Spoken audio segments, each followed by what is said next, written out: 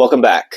So with this video, I did have a little bit of a hard time figuring out how I was going to title it because as I've said in other videos, I don't like to speak too much in absolutes. So when I say these are like 3 must-have screenplays or 3 screenplays that you should or must write, I don't mean it that if you don't write these types of scripts, you're going to fail or it's a bad move. But naturally, you probably are going to write these 3 types of scripts. But I do think it's important. The main message I want to get is that you should take time every so often to just focus on writing these 3 particular screenplays. And there's a reason why, obviously, which I'll get into. So the first one is what I call a passion script or a passion screenplay, however you want to label it. I avoided using personal because whenever I tell people, oh, you need to write a screenplay that's personal to you, oftentimes they take that as like literally personal, like taking personal life stories and emotions into that. That could be part of it. But I think the best way to look at it is a passion script. So it's a script where you're not really trying to appease or impress anybody but yourself. And it's essentially a story, a concept, or just a genre, however you want to like combine those 3 things or more into something that you're just really passionate about. Like I really want to write like a sci-fi Western that has this type of story structure and this type of characters, and it's done from this perspective. What you're essentially doing is just writing a script where you're not worried about rules, you're not worried about the standards, and you're not worried about impressing or appeasing anybody but yourself. It's purely passion project. And the way that I would even approach it, where if that script were to get picked up and made, it would not get made unless it's done exactly the way that you want it to, which obviously means it has a very low chance of making it that far. But the idea here is to write with like pure freedom, to write without having to second guess, oh, is this a rule that I'm breaking? Or can I implement this in a script and it's like going to turn people off or people are going to look at me like an amateur? It's really, truly just writing with absolute freedom and zero consequences, so to speak. And to also allow yourself sort of the reinvigoration of enjoying the creative process and discovery of writing something where you just like feel alive again. Because it can get very draining and depleting and demoralizing when you're writing often for an end goal of getting a script sold, optioned, picked up by a studio or a small production company or anything like that. So definitely one thing you always need to make time for is that passion script, okay? That passion project, so to speak. But also, again, like don't write it with really even the intent or expectation that it's ever going to get made. I think some of the best and most fun scripts, most fun time I've had writing is when I've written something and I do not give 2 fucks if anybody likes it, if anybody picks it up, or if it ever gets made. So do that. Like that's the first script but that you should write. And again, I want to say like with these 3 particular scripts that you like that are must-haves, I would say don't always have this in rotation at all times. I would say do your normal thing of pursuing your career and your development, but once every so often take some 6 months to a year to just focus on these 3 scripts. Use it as a way to recalibrate yourself and use it as a way to kind of recenter yourself and give yourself a break from all the other stuff you're doing. So the second one is kind of obvious now, is a studio screenplay. So this is something where you are going to follow more generic, structured rules and guides to writing a screenplay. And you're going to write a story that is essentially something that if a studio hired you to write a screenplay, this is the type of screenplay that you would write. One thing I want to make a distinction of, you're not writing this script to try to sell it. Again, the end goal of these isn't to really sell or to make them happen. The goal of these is to really sharpen your skills and also keep you very well-rounded as a writer.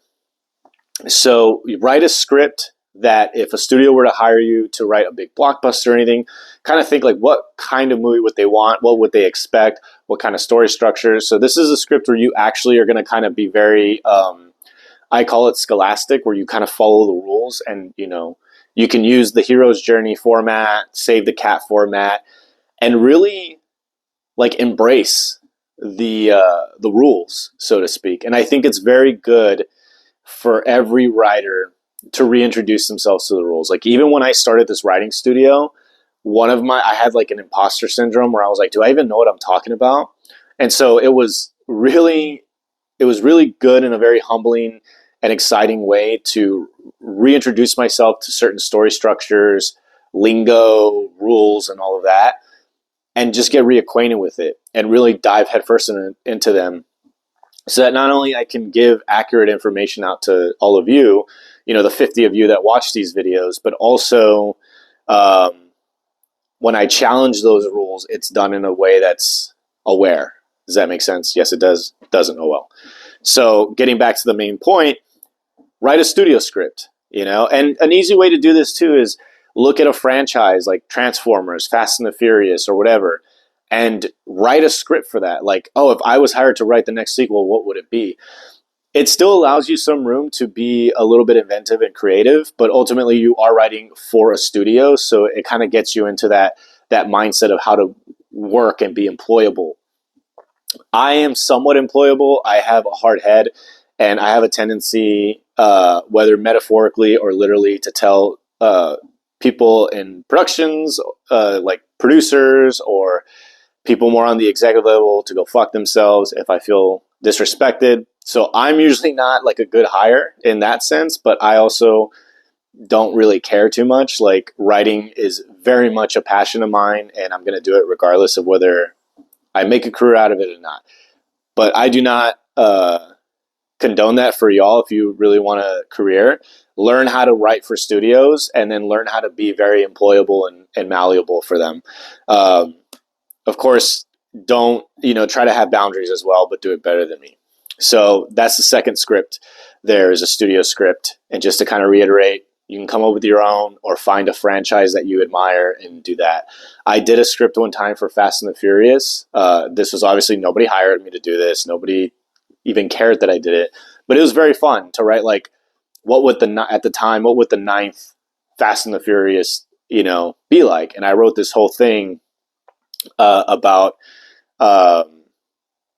Vin Diesel's character getting kidnapped and how they had to go and do a death race to get him out and all this stuff. And it was very fun because I did it like the studio way, and it actually really helped with my writing. It helped me become a little bit more precise.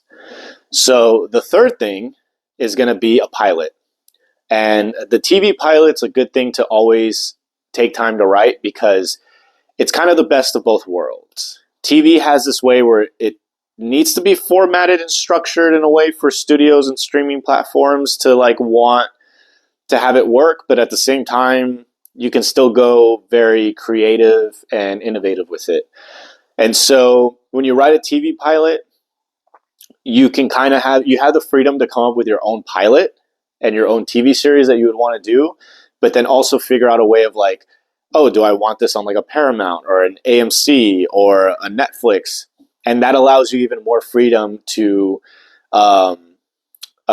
cater to those particular platforms, because each platform, they allow for a good diversity and variety of styles and perspectives in terms of their shows. So the TV pilot's like a really good way to kind of combine the two of passion and studio, or passion and structure, if you want to put it that way.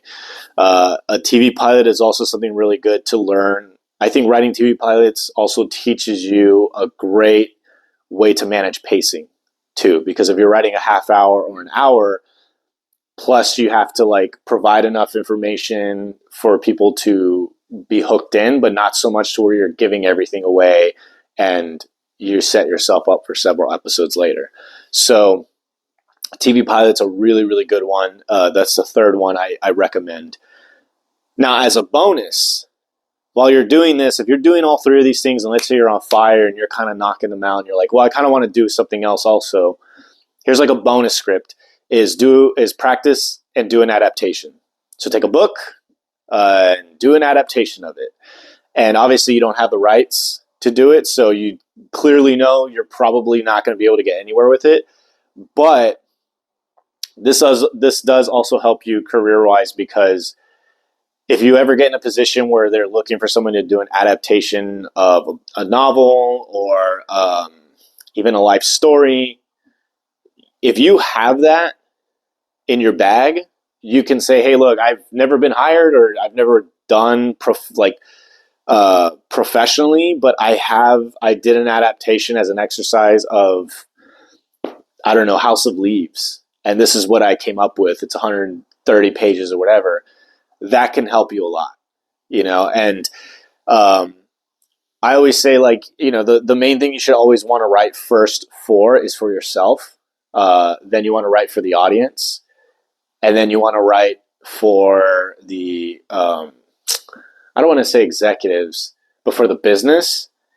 And then at the end, you want to come back and then finish it with writing for yourself. That's always how you should do it, because once you finish writing for yourself, then you can decide, do I really want to, one, you get satisfaction, but also I think a lot of times when you focus too much on writing for audiences or the business or whatever, you find yourself writing a lot of scripts that you don't have, I don't want to say feelings for, but where you're apathetic towards them because they're not satisfying. They're not fulfilling. That's the word I'm looking for. So, and the thing that I always tell people is that you should write scripts and screenplays that you shouldn't care about whether you sell them or even show them to anybody. It should really be for you to practice, for you to get better, and for you to get the enjoyment out of the writing as well. That's super, super fucking important. If it's all business, it's no fun. I lost a lot of these scripts on like an old hard drive and whatnot, but I had somewhere in the realm of like 80 to 90 scripts that I had written over the course of, many years. Most of them I have no desire to ever show anybody, not because they're bad. Some of them might be bad. Some of them might be good, but I wrote them just for myself, for pure enjoyment, to become a better writer. And I think in the long run, that has helped me to be able to take long breaks from writing and hop right back in without missing a beat, because I've done so much just fulfilling writing. It's the same way with, being an athlete. If you are a track athlete and you go do, laps around the track, obviously you're not in a race, but it's not a waste. It's there to get you better. So those are the 3 scripts that you must take time to write. Again, I suggest doing all 3 of them at the same time and just kind of rotating around them. Give yourself, 6 months to a year, however long you need, to just kind of do that. Cleanse the palette, cleanse the creative palette. And, the bonus one is write an adaptation of a book or a life story or something like that.